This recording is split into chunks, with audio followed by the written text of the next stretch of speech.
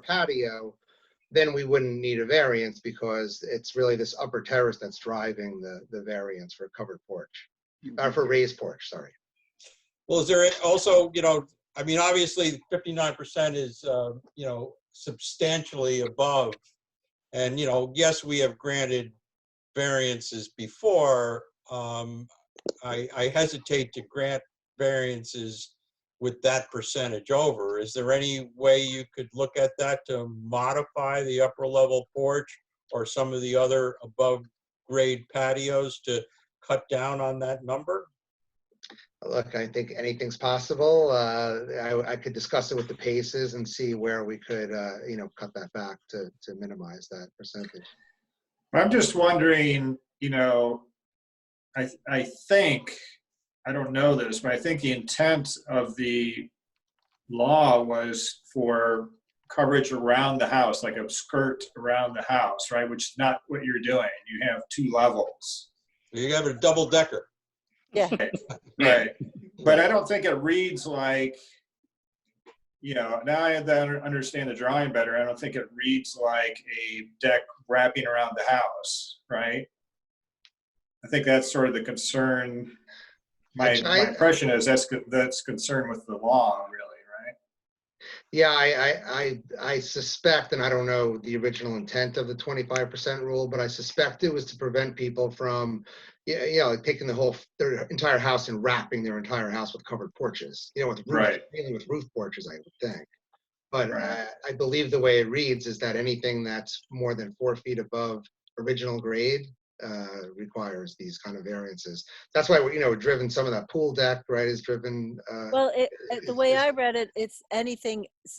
So the pool deck's less than 4 feet. The little areas of the pool deck, it's Okay. 0 to 4 feet above grade. So those are the areas I shaded because it just says above grade. It has no elevation. So some of the pool area that is calculated in the quantity is not even 4 feet above grade. It's like 0 to 4 feet. Right. I think the front terraces are 2 feet above grade, and Yeah. some of the side Yeah. terraces also are 2 feet. So So they're not very high above grade. Right. But There's a Karen, lot of areas that aren't high above grade. Karen, can you explain the area between number 3 and number 4? Yeah, let and me go. And why that is not hatched? Because that is on grade. That's so if you go to the plan where I shaded it, to the grading plan, you will see. That's what I'm looking at, and I'm wondering. It seems a very awkward area to. Because I took the contour line where the contour line of the middle. See, it's 676, 668. The contour is like 669 point something, and that's the elevation of the pool. Okay. So the contour line. So that's where the contour line is, where the ground slopes off. That's why it's shaded like that. Because the rest of the ground is the rest of it is above or under grade, and that area extends out from 0 to about 4 feet above grade. Mm-hmm. It goes with the contour line. Mm-hmm. Well, I just want to say for the record, 4 feet is not the trigger for which it's considered above grade or not. Oh, so I can take that out. Well, I don't know where you're getting 4 feet from. That's not part of the code. When I read the code, it said above grade. So I even calculated the front porches at 2 feet above grade.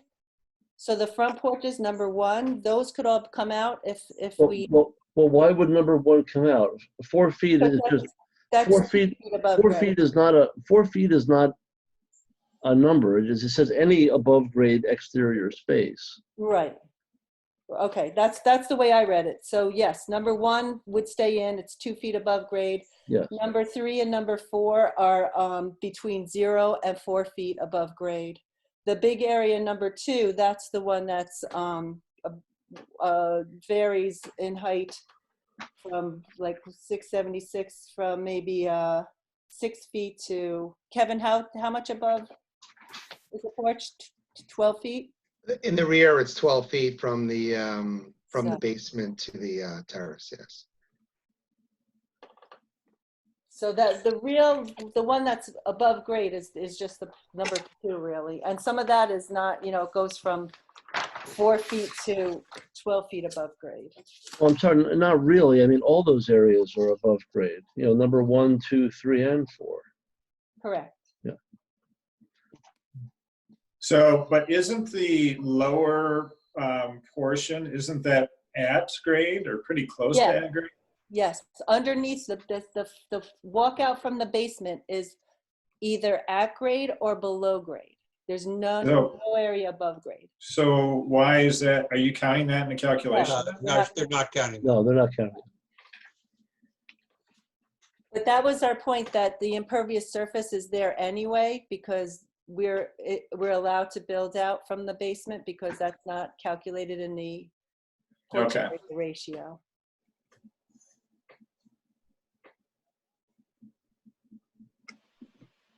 So, and I want to just say another thing to just make you guys a little more happy about the plan. We're saving a lot of the gorgeous trees on site. We reworked the whole design to save huge beech trees, those big circular things. That will also, saving all these big trees will also help visually the project. And we are, truly saving it, because we're not even working within the drip line, with the exception of maybe 3 feet on one of them. So we worked hard to try to save all those gorgeous trees.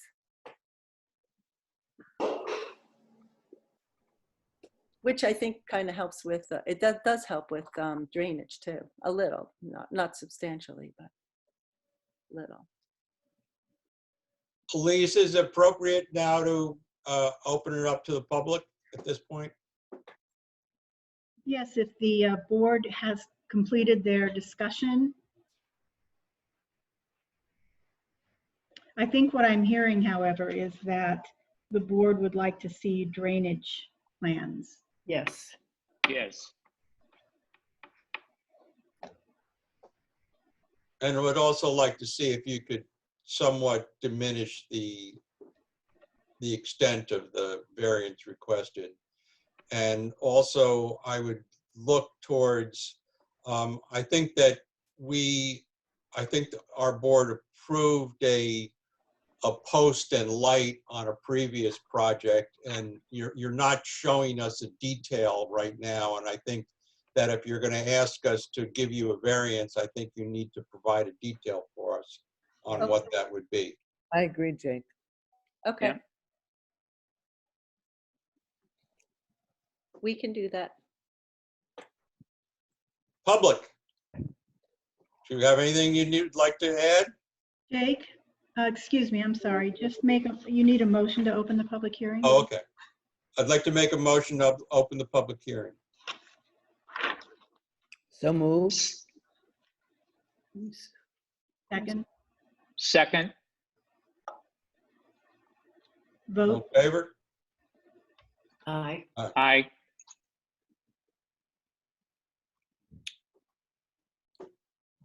Okay, can we speak? We're the Yes. public. Yes, you are. Hi, this is Sherry Chris Cummins. We live at 222 Continental, so we are literally down the hill from the project. I can speak to a number of issues. I mean, we input a letter maybe a couple days ago, but a couple of issues. I see this as pretty substantial in terms of a variance, and I'm pleased to see that the board is looking at alternatives, potentially, a lesser variance, because I do think it is pretty substantial. I think it will certainly impact us. I mean, in terms of height, I believe we're down the hill. It's going to visually be very, intrusive in our view. That said, I think our main concern is the drainage. And I can speak to the significant drainage issues that we get from a lot that is completely impervious and has hundreds of trees. I mean, I look at your plan and I say you are saving some trees in the front, but it looks like you're cutting an awful lot down in the back. More than 100. More than 100. I mean, right now, with no building on the lot, drainage plan or no, we have almost at times where the road is so washed out with dirt and debris that my husband has to rake it so that people can pass on Continental. we've had water in our basement. The gravel in our walkways has been moved through significant water drainage coming off that mountain. It actually gets washed down to the O'Neill's properties, past Michael O'Neill's property, which is 212 Continental, onto Terrace Road. So it's significant already. Right. So, I mean, I guess this is also an issue for the planning board because it's not just the zoning board. Right now, obviously, this is a variance that you're seeking for two issues, which is height and then exceeding the limitations with regard to this back deck.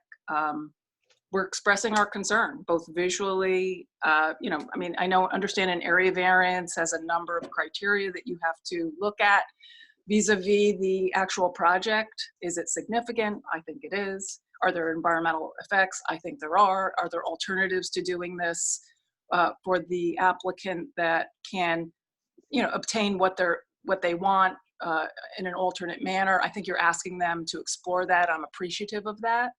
I know you're talking about the notices that went out. I think a number of the neighbors might not have gotten the notices. So I think those return receipts are really important to get. And I think actually legally you have to get those return receipts prior to making a decision because you have to confirm that everyone has in fact been notified. That is actually correct. Yeah. And this will have to be renoticed and Yeah. republished. Okay.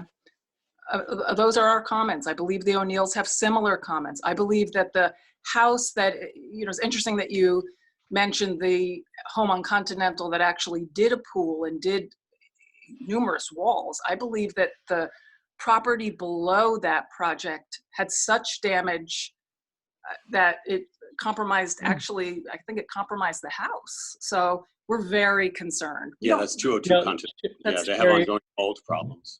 Sherry, it's Michael O'Neill, and I would just concur with what you and Chris both said. I know that Gary and John Lewitt both talked about the Hanson property, which impacted the previous owners named Stewart. But I know, just from historical records and conversations with the owners, the Swensons at the top of the hill, who are no longer there, the Stiers that impacted the Stegmans. I mean, this has been a common theme for quite some time. So I think if we go back to some of the files that John probably has access to, this is not a new point. So runoff from the top all the way to the bottom. I think Hanson's issue with the Stewarts is the most recent. So it's top of mind and also compounded by the litigation that was mentioned. But I think it goes all the way up the hill. Okay. I received an email from our neighbors at 232. That's Skip Stegman asked me to read something. Jake, this was sent to you. He was worried you might not receive it in time. If I may just read, it's a very brief email that he sent with his comments on the proposal. It says, "Dear Mr. Lindsay, as residents of Tuxedo Park for more than 55 years, we are very concerned about the proposed construction across the street from our home at 232 Continental Road. Since we are unable to participate in the Board of Zoning Appeals public hearing on July 1, we request that this letter be read into the record. We oppose granting the variances requested by Wilkie and Devongini Paez, tax map 107-1-20 Tower Hill Road, seeking relief from the following sections of the Village of Tuxedo Park Code. Village Code section 100-9B with a deck and porch coverage is 59% and the minimum percentage coverage is 25%. Village Code section 100-18A where the height of the front yard column is 7 foot 6 inches and the retaining wall height is 6 feet and the maximum permitted height in the front yard is 4 feet. We are in agreement with our neighbors at 212 Continental Road and 222 Continental Road that granting the variances requested above will have a detrimental effect on our properties and the neighborhood for many reasons. Since the applicant seeks to build a very large house on a 2.01 acre lot, which is 1/2 the size of a non-grandfathered legal 4 acre lot, we oppose any construction at parcel 107-1-20 Tower Hill Road, which is not in compliance with the Village of Tuxedo Park zoning code. Thank you for your consideration. Sincerely, Marcella Stegman and E. Stegman. Thank you. Okay. We have lost Elise. Elise lost her internet connection, so we are without legal representation at this point. Okay. I'm not sure if Arnold Spangler joined us. He mentioned to me that he had concerns. Of course, he's been dealing with this for much longer than most of us as far as water issues on Continental Road. Arnold, are you still with us? Did you join us? I don't see him. I don't see him on the participant list right now. Okay. Can I just make a statement? Sure. Hey, Chris and Sherry, I know you from. Yes. How are you? Yes, we know you. How are you? I Good. hope you're doing well. You too. So I obviously this is a large house. The variances that we're requesting aren't really affecting the massing. I think I'll be honest with you. I mean, I know your property. I know what it looks like to stand in your front yard looking up Continental towards this property, and it's a large hill. And this house undoubtedly sits at the top of that hill, and it is 45 feet high from the base. So it's a tall house. We're not asking for variances for height. We're not asking for variances for the size of the house. It's really for the raised patios. But I don't, the raised patios in my mind, from your perspective, would actually give it a better massing, like I said before, because it does have to break up that vertical height, that apparent vertical height, right? By kind of stepping the house back a little bit.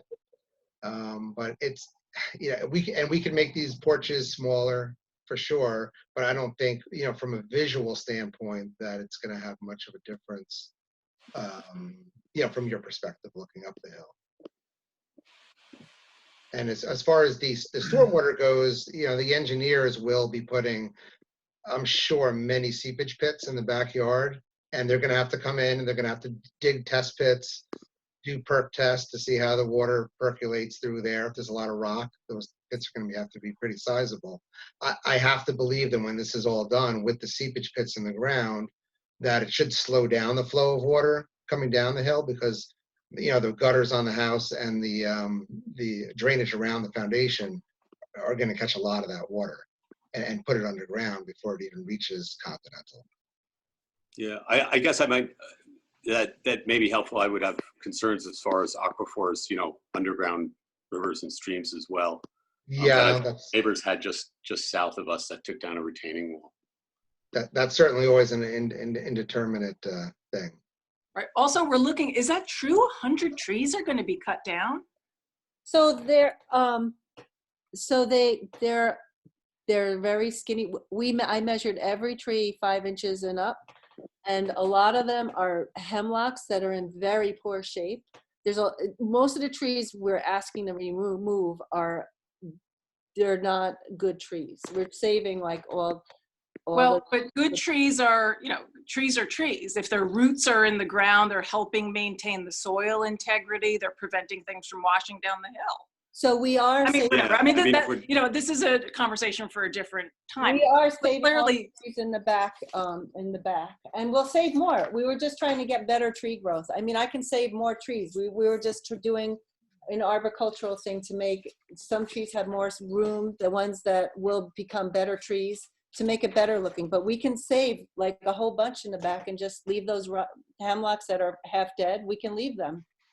But in my opinion, you know what the hemlocks are like when they get the woolly adulgid, and they're just like only a couple of branches. That doesn't do a lot. Like eventually it'll die, and it's better to take that out and let other trees have more space to grow. And we are planning to plant more trees in the back for screening, and more native trees. There's a lot of trees that aren't native on this property, so we are planning on putting some more trees in the back. So I've got a question. It's all hemlocks mostly that are coming out. There's a majority of hemlocks.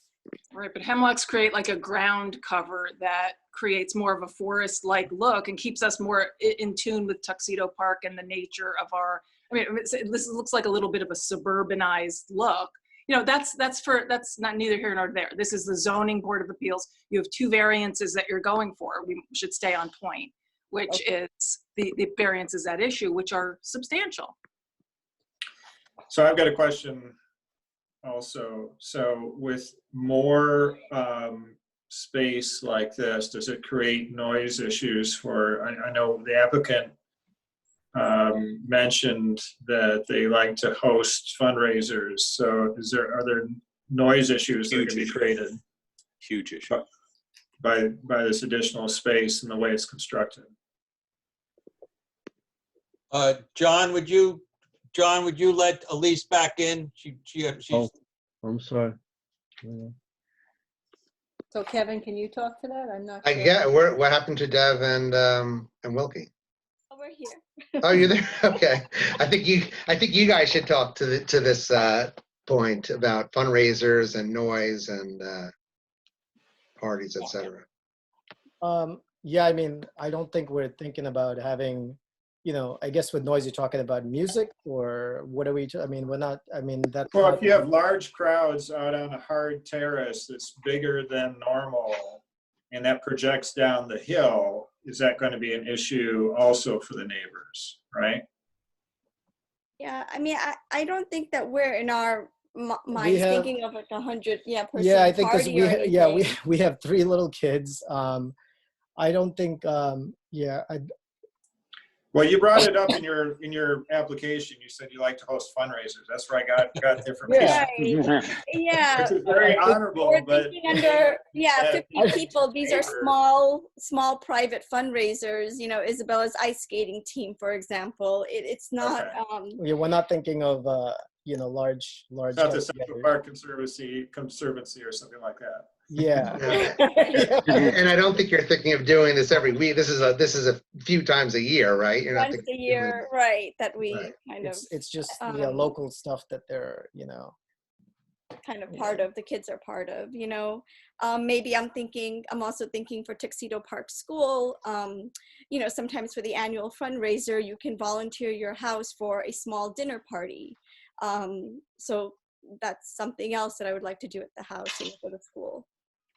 And this is in terms of landscape architecture, noise doesn't sound as loud if you can't see the source of the noise. That's a proven, they've proven that. So if we screen everything really well and you can't see where the noise is coming from, apparently it doesn't sound as loud. So it truly is a study. They have studied I think that. if you're taking out 100 trees, it might affect it. Right.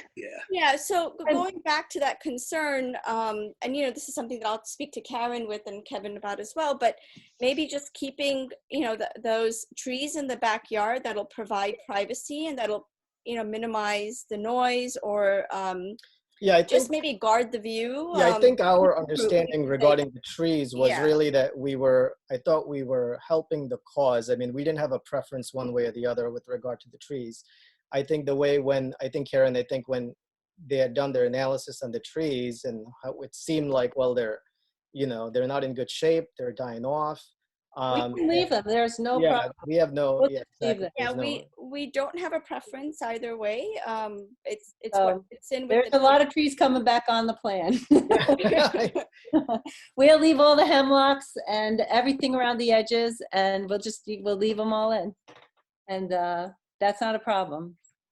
So, And I guess that would go to the drainage plan as well. I assume that would help work with the drainage plan. well, we might need to take some out to help the drainage, but we will, just because of the putting in the tanks, but we'll figure that out. We'll make it work. We can save a lot. I assume we could put a lot of the tanks right below the swimming pool by the retaining walls there and Yeah. minimize the disruption to the lower end of the property. I'm Oh. thinking a big grand lawn too is where a lot of it's going to go. Yeah, that's Well, for sure, yeah. When do you anticipate getting the engineer's drainage plans? Probably 2 months, but we can ask him for 1 month from now. But I think he's going to be more like 2 months. What's the construction time to build this whole project? We're assuming around 18 months.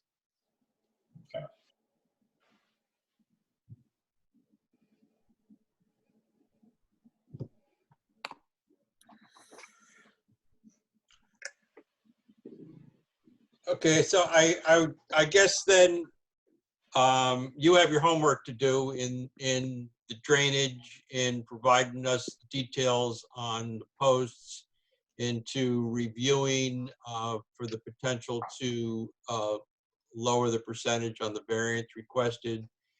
And that's being the case, we'll leave the public hearing open at least, correct? Yes, you can adjourn the public hearing until the next time they appear before the board. But I will say again that this was not noticed properly. They must be certified mail return receipt. My apologies for that. That's okay, but you will have to renotice. So That's fine, yeah. in order to do that, if the drainage plan is going to take a couple of months, then they probably won't be back on the agenda for a couple of months. So just coordinate with John in terms of, when those notices have to go out. And you'll be required to bring back the return, bring back the receipts as well as an affidavit of mailing.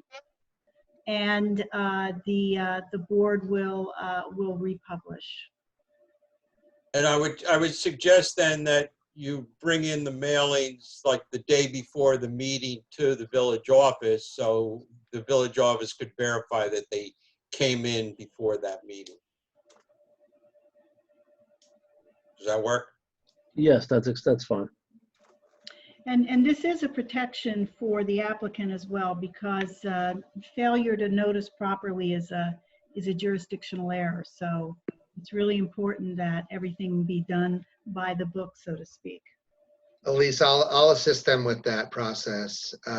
And to the point of this meeting tonight, how does that impact from a legal perspective, this meeting at all, or as long as we notice properly for the next meeting? Well, I think we need to notice for the next meeting. I mean, a public hearing was opened. Comments have been made on the record, but it will be done sort of over. It's like a do-over. We're going to leave the public hearing open, adjourn it to the next time they appear. So there'll be one public hearing record. Okay.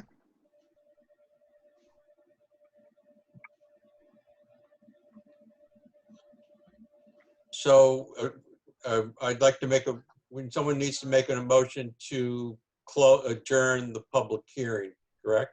Yes. Yeah. So move. Second. Okay, all in Second. favor? Aye. Aye. And it'll just be adjourned until the next time they appear. So we just have to coordinate so that the mailings are done in time, whenever, 10 days before they appear at the next meeting, I think it is. Yes. Okay. Elise, this is Mary. Could you please explain to me what the issue of law is here? Because I think as a board member, I need to know. If we did not notice people correctly, is this a valid meeting? Oh, it is a valid meeting. I mean, it was published. People are here to speak. So some people did get the mailing, but there's a question as to whether everyone was sent the mailing and Has it been didn't sent? get it. I mean, What? your issue is that you don't know whether everybody that should have been sent the notification received it. That's it? That's one issue. The other issue is that your local law specifically states that the mailing has to be by certified mail return receipt. So essentially, your local law was not followed in this instance. But there's no risk that this is a legal meeting. It's a legal meeting. It's just not a properly noticed public hearing. Okay. I just want to make sure, because otherwise we really should do everything again, Jake, when we do. Well, we're continuing we're going to continue the public meeting. Okay. So therefore everything will be, in essence, redone again. We're obviously going to have new material in front of us. Right. All right. So in essence, we are doing it again. Right. I just want to make sure, because otherwise it's a waste of all of our time. right on.